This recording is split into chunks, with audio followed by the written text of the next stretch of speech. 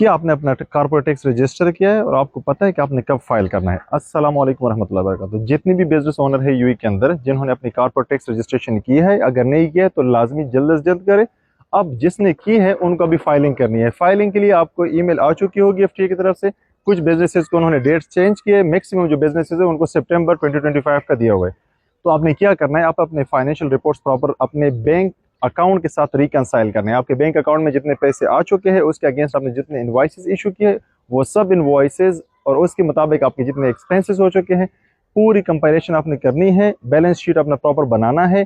Income statement आपने अपनी दिखानी है कि ये एक्सपेंसेस निकाल के इतना मेरे पास अभी नेट प्रॉफिट बन रहा है। नेट प्रॉफिट 3,75,000 दिरहम से ऊपर जितना भी है उस पर आपने 9% गवर्नमेंट को आपने पे करना है। तो आप जल्द से जल्द अगर रजिस्ट्रेशन नहीं किए तो वो कर ले। अगर आपको कंपाइलेशन या सबमिशन में कोई मसला है तो आप हमसे रब्ता कर सकते हैं। Thank you.